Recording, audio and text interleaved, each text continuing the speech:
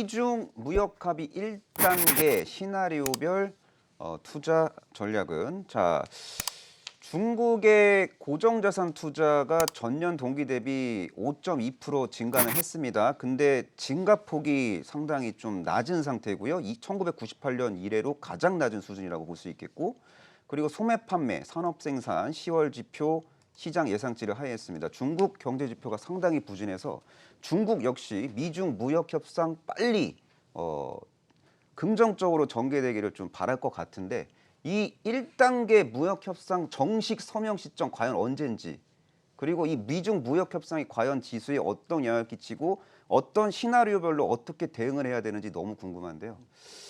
자, 일단 김우신 파트너께서 먼저 예측을 해주시죠. 네, 지금 뭐 계속 미중 무역 협상과 관련해 가지고 스몰 딜이 거의 이제 타결이 임박했다 이런 얘기들이 지금 나오고 있죠. 우리 임종혁 MC께서 지금 궁금해하셨던 언제쯤 나올 것 같으냐? 제가 보기엔 이제 12월 초 정도면은 일단은 그 윤곽을 좀 잡힐 것 같습니다. 지금 이제 핵심 관건은 올해 안에 일단은 1단계 뭔가 타결하는 그런 모습들을 좀 보여주면서 뭔가 2019년도에 미중 무역 협상과 관련돼 있는 부분들을 좀 마무리를 짓고 싶어하는 그러한 당사자들의 그런 움직임이 좀 보여지고 있는 것 같아요. 그래서 제가 생각하기에는 아무래도 이번에 12월 초 정도 수준이면은 아마 이제 트럼프와 시진핑의 무역 1단계 합의 정치는 있을 거라고 보여지고 있고요. 워낙 이제 이 무역 분쟁 이 부분들이 오랫동안 지금 끌어왔던 문제이기 때문에 사실은 이게 이제 2단계가 마무리가 된다 해서 그것이 큰 호재로 작용할 것이다. 뭐 이런 기대감은 그렇게 크지는 않습니다. 저 개인적으로는. 그렇다고 또 만약에 1단계가 이게 지금 잘 가다가 다시 또 내년으로 그 공을 넘긴다 해서 연기가 될 경우에도 시장에 뭐 큰 타격은 주지 않을 거라고 저는 보고 있어요. 그렇기 때문에 지금 시장에서 우리 시청자 여러분들이 중점적으로 보셔야 되는 그런 부분들은 연일 미중 무역 협상과 관련돼 있는 이슈가 지금 뉴스를 장식하고 있습니다만 실질적으로 이 이슈는 시장에 이렇게 큰 영향을 주는 이슈는 아니다. 따라서 근본적으로 봤을 때 지금 상황에서는 우리나라의 정책적인 부분들이라든지 내년도의 예산 방향 이런 부분들에 조금 더 관심을 갖는 그런 전략들이 좀 좋지 않겠는가, 저는 이렇게 말씀드리고 싶습니다.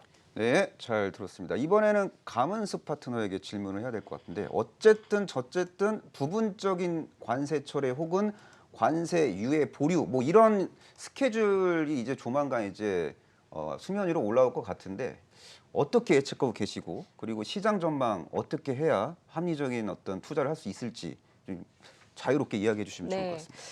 앞서 지난 시간에도 그런 시황에 대해서 말씀을 좀 드리면서 사실 우리 증시가 한국 증시가 굉장히 강해졌다, 내성이 강해졌다라는 말씀을 드렸습니다. 트럼프 대통령이 자고 일어나면 말을 바꾸면서 뭐 좋았다, 나빴다 이렇게 일희일비를 하긴 하지만 그의 반면에 미국 증시도 계속 최고점을 찍고 있는 모습이고 국내 증시 같은 경우도 단기적으로 조정을 나와도 굉장히 얕은 그런 조정들이 나오고 있습니다. 이 부분은 제가 볼 때는 이미 무역 전쟁에 대한 분쟁에 대한 1단계 스몰 딜은 거의 다 된 상태다라고 생각을 하고 시장이 반응을 하는 게 아닌가 싶은 그런 생각이 듭니다. 근데 일단은 대선이 미국의 대선이 내년 2020년 11월 달에 예정이 되어 있기 때문에 물론 그때까지 시간이 있다고는 하나 시간이 있다 하더라도 어떤 민심을 얻기 위해서는 늦어도 올해까지는 12월 달까지는 해결을 해야 되지 않을까 싶은데요. 또 이게 이제 우려스러운 게 5월 달 무역 합의안 초안 서명이 좌절됐던 것 같은 그런 그 흐름과 지금 흡사한 흐름이 조금 나오고는 있습니다. 그러나 그때보다 두 사람의 어떤 강도가 좀 약해진 건 사실이기 때문에 기대를 한다라면 이제 저도 마찬가지로 12월 달까지 보겠지만 잘못하면 1월 달 상반기로 넘어갈 수도 있지 않을까, 1, 2월 달까지. 그러나 저는 마찬가지 우리 김 대표님 말씀하신 것처럼요. 시장이 만약에 성사가 된다 하더라도 이미 그 기대감은 어느 정도 반영이 됐기 때문에 우리나라의 어떤 펀더멘탈이나 기업의 실적대로 움직일 것이고, 그리고 만약에 안 좋은 쪽으로 그러니까 된다 하더라도 물론 단기적인 영향은 받겠지만 영향을 받아도 예전 같은 그런 어떤 낙폭 과대나 아니면 받고 난 다음에 헤어나지 못한다거나 이런 흐름보다는 오히려 그런 자리들이 저점 매수의 구간이다라고 보여지고요.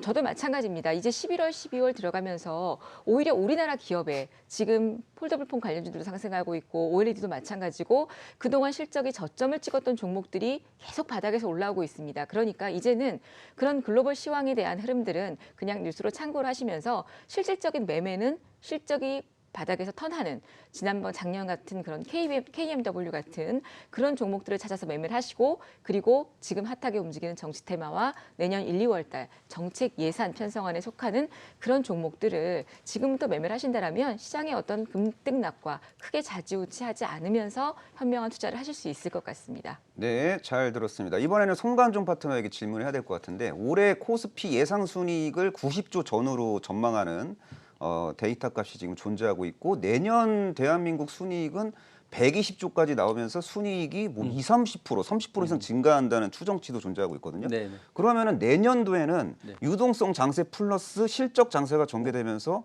뭐 상승 랠리를 펼칠 수 있다 이런 얘기가 있어요. 네. 이게 현실화 될 가능성이 높을까요?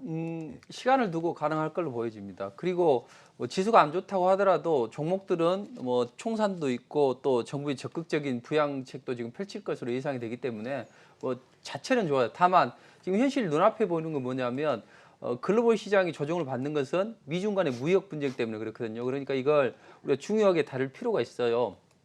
근데 어제 중국이 뭐 여러 가지 거부 의사를 표명했죠. 뭐 농산물 구매를 정확하게 지정하자 그랬는데 그건 못하겠다. 그리고 1차 부분에 대해서는 전체적으로 취소를 해주라.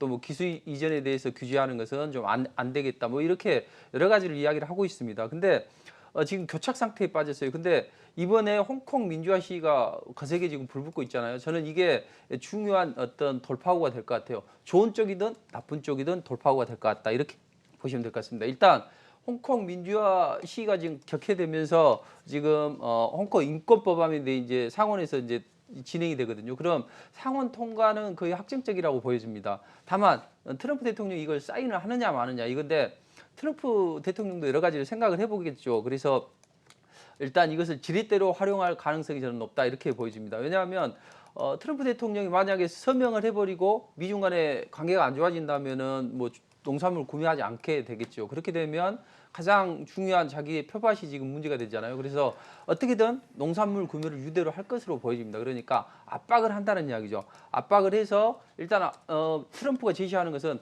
9월분에 대해서 전체 철회는 안 된다. 일부만 철회를 해주겠다. 그리고 농산물 얼마만큼 살 것인가 사인해라. 정확하게 명시해라. 그렇게 되면 화웨이에 대해서는 규제를 좀 완화해 주겠다. 뭐 이런 쪽으로 가겠죠. 그리고 기술 이전이나 뭐 이런 민감한 부분에 대해서는 1차 협상을 하지 말고 2차에서 진행을 하자. 저는 이런 식으로 보고 있습니다. 근데 일단 중국의 반발이 좀 거세요. 그래서 우리도 보복 조치를 하겠다 이렇게 하기 때문에 만약에 중국의 반발이 좀 거세진다면 트럼프는 이걸 즐길 걸로 보여집니다. 어차피 어제 연준 의장이 금리 인하에 대해서 약간 좀 부정적인 이야기를 했었잖아요. 그러니까 셀프로 금리 인하 효과를 노려야 되는데 그러자면 지금 이 무역 분쟁 때문에 안 좋아지는 그런 흐름을 불확실성을 좀 더 키울 수밖에 없어요. 트럼프 입장에서는. 그렇기 때문에 저는 뭐 시간도 많이 남았고 트럼프는 이것을 이용할 걸로 저는 보여집니다. 그래서 우리는 지금 트럼프가 재선 때문에 많이 뭐 시간이 좀 촉박하다 이렇게 이야기를 하지만 본격적인 레이스는 이제부터거든요. 그러니까 1년의 시간이 남아있기 때문에 오히려 트럼프는 어렵지 않다 이렇게 보는 것이고 그렇다면 트럼프가 매일매일 체크하는 게 뭡니까? 증시잖아요. 증시가 올라가는 것을 원하는데 과연 이렇게 되면 증시가 안 좋은데 이것을 트럼프는 가만히 놔둘까 이런 관점에서 보면 일단 여러 가지 뭐 감안을 한다면 트럼프는 이것을 중장기적으로 끌고 가다가 마지막에 극적으로 한번 뭔가 극적 타결을 이루는 그런 흐름이 날 거예요. 그렇다면 트럼프만 키를 쥐고 있냐? 저는 그렇게 보지는 않습니다. 이번에 블룸버그 전 뉴욕시장이 등판을 했잖아요. 지금 민주당 후보들 간의 지지율은 약간 떨어지긴 합니다. 그렇지만 저는 이 사람이 중요한 키맨이 될 것 같아요. 이 사람이 친시장적인 그런 성향을 가지고 있거든요. 기존의 민주당 관점에서 보면 이 사람들은 상당히 좀 오히려 이 사람들을 선택하기보다는 트럼프를 선택하는 게 더 좋아요. 근데 이 만약에 블룸버그 전 시장이 민주당 후보로 등판이 된다면 오히려 이 사람이 기다려지는 그런 흐름이 나올 거예요. 그래서 일단 중국은 갈 길이 바쁘기 때문에 오래 기다릴 수는 없습니다. 그렇지만 민주당에서 만약에 블룸버그 전 시장이 민주당 후보로 등판을 한다면 그때는 한번 기다려 볼 것 같아요. 그러니까 저는 이런 것들이 시간을 두면서 진행이 되는데 아마도 일단 1차는 12월 3, 4일 날 이때 나토 정상회담에 트럼프 대통령이 참석을 하거든요. 그러니까 일단 이때 진행이 될 것 같고 만약에 이때 진행이 안 된다면 우리 생각보다는 상당히 좀 늘어질 것이다. 그렇지만 우리 시장에는 크게 영향을 미치지는 않을 걸로 보입니다. 크게 봤을 때는. 그러니까 우리는 오히려 만약에 이런 흐름이 나오면 지수 자체는 못 갈 거예요. 대신 지수 자체가 못 가면 정부의 부양책이나 총선 이런 것들로 인해서 테마나 이런 쪽으로 좋기 때문에 오히려 우리는 수익률을 즐길 필요가 있다. 이렇게 보시면 될 것 같습니다. 네, 잘 들었습니다. 어쨌든 뭐 미국 대선 내년 11월이고 대선 앞두고 트럼프가 미중 그 무역 협상 그 구조를 완전히 파괴할 가능성은 제한적이다라는 게 전반적인 어떤 전문가들의 의견인 것 같고, 그리고 12월 15일 날 또 관세 부과 이벤트가 있는데 웬만하면은 중국 소비재가 많이 포함되어 있어갖고 만약 관세 부과하면은 또 소비 심리 위축될 수 있기 때문에 웬만하면 관세 부과를 안 할 것이다 이런 이야기들도 많이 나오고 있는데, 이런 환경 속에서 상승장을 외치는 대표적인 강세론자가 김우신 파트너인데 이 강세론자 입장에서 섹터 전략 어떻게 추구해야 될까요? 궁금하세요? 너무 궁금합니다. 네, 삼성전자, 하이닉스, 그다음에 삼성 바이오로직스, 셀트리온 요 네 종목만 기억하시면 돼요. 지수가 올라가면 네, 그렇죠. 지수가 올라가기 위해서는 반드시 필요한 부분들은 어떤 거겠습니까? IT하고 BT예요, 우리 시장에서. 저희가 지금 뭐 여러 가지 이 IT와 관련돼 있는 이야기들, 바이오와 관련돼 있는 이야기들 많이 좀 하고 있는데요. 실질적으로 삼성전자, 하이닉스가 우리 지수, 이 대표적인 강세론자라고 얘기를 하니까 그 강세론자의 그 논리적인 배경을 말씀을 드리는 거예요. 삼성전자, 하이닉스 두 종목 올라가는 게 결국은 지수 올라가는 거라고 보시면 될 것 같아요. 그 외의 종목들 올라갔던 부분들은 지수가 상승하기에는 좀 다소 좀 부담스럽죠. 그래서 만약에 코스피 시장이 지금 2120선, 2140선 이 사이에서 지금 나흘째 발이 묶여 있는데, 가만히 보시면 이 발이 묶여 있는 이유는 삼성전자하고 하이닉스 이 두 종목이 지금 아직까지 움직이지 않기 때문에 그런 거다라고 보시면 돼요. 그래서 지수가 2150을 넘어서 2200, 2250까지 올라갈 때 그 지수 상승하는 그 상승률만큼 그보다 더 많은 수익을 내가 원한다 라고 했을 때는 그냥 다른 섹터 보실 필요 없습니다. 삼성전자하고 SK 하이닉스 두 종목만 보시면 되고요. 그다음에 제가 삼성 바이오로직스하고 셀트리온 말씀드렸잖아요. 이 삼성 바이오로직스하고 셀트리온은 거래소에 있는 코스피에 있는 종목인데 왜 그 두 종목을 이야기했습니까? 자, 잘 보십시오. 삼성 바이오로직스하고 셀트리온. 삼성 바이오로직스의 주가는 40만 원에 거의 근접해서 주가가 거의 밀리지 않고 있습니다. 며칠째 지금 옆으로 횡보하고 있거든요. 이거를 이제 우리가 패턴적으로 보면 고가놀이 패턴이라고 얘기하는데, 이런 부분들이 나오는 이유는 바로 이제 실적에 기인한다라고 봐야 될 것 같죠. 이 8월달, 9월달에 바이오가 올라오는 흐름들에서는 HLB가 R&D 프리미엄을 가지고 올라왔지만, 이제는 HLB가 R&D 프리미엄 갖고 바이오 끌어올리기에는 다소 좀 무리가 있습니다. 그렇다면 실적이 바탕이 되는 바이오들의 적진이 진행이 돼야 되는데, 삼성 바이오로직스, 그다음에 셀트리온 오늘 며칠 동안 조정받다가 처음으로 의미 있는 반등 나왔거든요. 이 자리가 아마 저점에서 잡을 수 있는 매우 중요한 그런 자리가 되지 않겠는가 이렇게 좀 보고 있습니다. 그렇다면 그 두 종목이 결국엔 코스닥에 영향을 주게 돼 있습니다. 그랬을 때 셀트리온 헬스케어라든지 기타 그 알테오젠이라든지 이러한 주요 이 우량한 그런 바이오 종목들이 과거처럼 어떤 아주 막 상한가를 치면서 강하게 급등하는 그런 모습들이 아닌 꾸준하게 정상적인 모습으로 상승한다. 그래서 코스닥 지수가 상승하는 것을 노린다면 삼성 바이오로직스와 셀트리온, 코스피 지수가 상승하는 거 이상의 수익을 노린다면 SK 하이닉스와 삼성전자 요 딱 네 종목만 기억하시면 될 것 같습니다. 네, 잘 들었습니다. 연준에서 올해 세 차례 금리 인하했죠. 7월, 9월, 10월 0.25%씩 세 번 금리 인하했으니까 총 0.75% 금리를 내렸습니다. 그래서 이 금리 인하 효과가 이제 시차를 두고 이제 긍정적인 경제 지표로 화답을 할 것이다. 이런 전망이 있으면서 이런 유동성 장세에 대한 어떤 기대감이 지금 무르익고 있는데, 만약에 유동성 장세가 전개된다고 가정했을 때 어떤 섹터를 공략해야 초과 수익을 낼 수 있을지 정말 궁금해요. 가무슨 파트너께서 이야기해 주시죠. 자, 유동성 장세가 이어진다는 건 시장에 돈이 들어온다라는 얘기인 거죠. 자금이 들어온다라는 얘기인 거고, 전체적으로 경제도 좋아지고 흐름이 좋아진다라는 얘기입니다.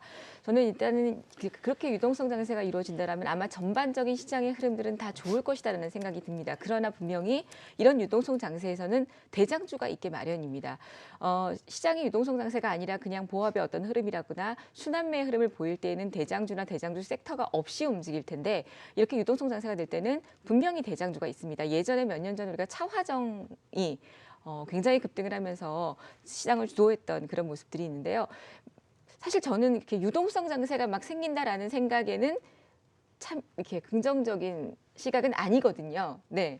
그런데 이제 그렇게 질문을 하셨으니까 일단 유동성 상승가 펼쳐진다. 그럼 너무 좋겠죠. 그렇게 본다라면 일단 IT 섹터들하고 바이오가 지금 우리 김 대표님 말씀하신 그 투톱 IT와 BT가 가장 투톱을 이룰 것이고 그다음에 이제 그 가운데에서 그동안의 주가 바닥을 찍었던 종목들이 따라가면서 실적이 뒷받침이 된다라면 정말 이번 5G처럼 그런 아마 놀라운 그런 상승세가 이어질 거라라고 보여집니다. 그래서 만약에 정말 유동성 장세라면 이 IT 말씀하신 삼성전자, SK 하이닉스 그리고 거기에 따르는 반도체 소재주들, 부품주들 꼭 같이 보셔야 되고요. 그렇게 되면 정말 시장은 재미있는 시장이 됩니다. 그리고 경제도 좋아지고 제조업들도 주가 실적이 증가가 되면서 주가 상승하는 흐름들이 보여질 거다라고 생각이 들고요. 그래서 만약 그렇다라면 IT와 BT 꼭 보시고 그다음에 BT 같은 경우에는 올 8월, 9월이 제가 저점이라고 말씀을 드렸기 때문에 바이오 관련주 중에서도 지금 뭐 사실 바이오는 자고 일어나면 잘못되는 그런 경우가 많은데요. 실적이 뒷받침되고 파이프라인이 괜찮고 또 어떤 그 기업의 어떤 내용들이 좋은 종목들은 저점에서부터 모아가시는 것도 전 좋은 전략이라고 생각이 들고요. 사실 요 반대급부적으로 만약에 유동성 상세가 아니라 저는 사실 2020년을 상고하저로 생각을 하면서 1분기, 2분기, 1분기에 가장 고점을 찍으면서 한 2,400선 정도까지 1, 2분기 정도의 흐름을 보여주다가 그리고 이제 총선이 끝나고 난 이후부터는 그리고 미중 무역 분쟁도 만약에 이제 잘 예상대로 잘 이루어진다라면 트럼프 미국의 그 대선 11월 달 대선 전까지 해서 한 3분기 정도, 2분기 후반 정도부터는 조금은 좀 변동성이 큰 장세가 나오지 않을까. 그래서 한 5, 6, 7월 정도부터는 변동성이 있는 장세라고 보여지거든요. 그래서 그런 박스권의 어떤 흐름들에서 본다라면 아까도 말씀드렸듯이 저는 유동성 장세가 아닌 그런 어떤 횡보하는 장세 또 2020년의 상고하저를 본다라면 여전히 핫하게 움직일 수 있는 그런 테마주들 그리고 1, 2, 3월에 우리가 눈여겨봐야 할 정책주들 이런 종목들에 조금 섹터를 가지시고 또 하나 말씀을 드리고 싶은 건 테마주들이나 이런 급등하는 종목들은 개인들이 좋아하긴 하지만 사실 그런 종목들은 지수가 보합권이나 강보합, 약보합이 돼야지만 그런 개별주들이 움직이게 되어 있습니다. 그런데 여기에 안정적인 계좌를 가지시려면 계좌를 2개 운영을 하시면서 하나의 계좌에는 아까 말씀드렸던 이 뭐 OLED라든지 이런 반도체 섹터들 또 바이오 좋은 종목 이런 종목을 또 모아서 중장기적으로 끌고 가시는 그런 전략의 어떤 두 가지 A 계좌와 B 계좌의 전략들이 가장 좋지 않을까라고 생각이 듭니다. 네, 잘 들었습니다. 어차피 주가라는 게 이제 실적의 그림자고 업황 턴어라운드 기업은 시장을 이기잖아요. 그래서 송강주 파트너에게 질문을 해볼게요. 네. 실적 개선 가능성이 높은 그런 종목들 네. 어떤 종목들이 있을까요? 일단 IT로 보여집니다. 일단 미중 무역 협상이 잘 진행이 되면 IT 관련주들을 봐야 돼요. 일단 지수가 올라가기 때문에 그때는 아까 우리 김유신 대표님 말씀하셨던 뭐 삼성전자나 이런 걸 보시면 좋겠죠.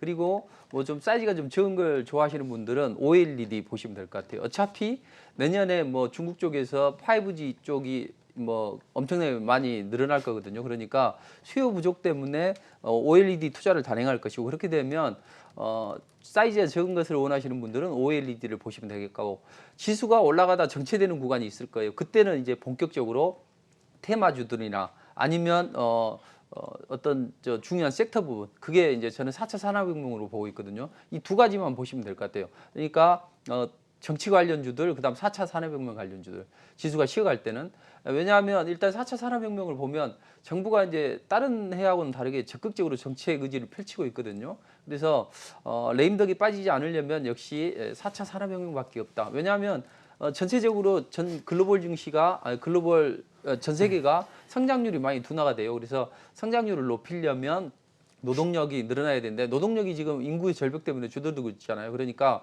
노동의 퀄리티를 높이려면 역시 뭐 머신러닝이나 뭐 5G, AI 이런 4차 산업혁명 쪽을 봐야 되기 때문에 이쪽을 보시고 그다음에 총선이 달아오르게 되면 정치 테마주들 흐름 좋죠. 최근에 뭐 정치 테마주들 뭐 날아가면 100% 날아가잖아요. 그러니까 정치 테마주들을 적극적으로 보시는 게 좋겠습니다.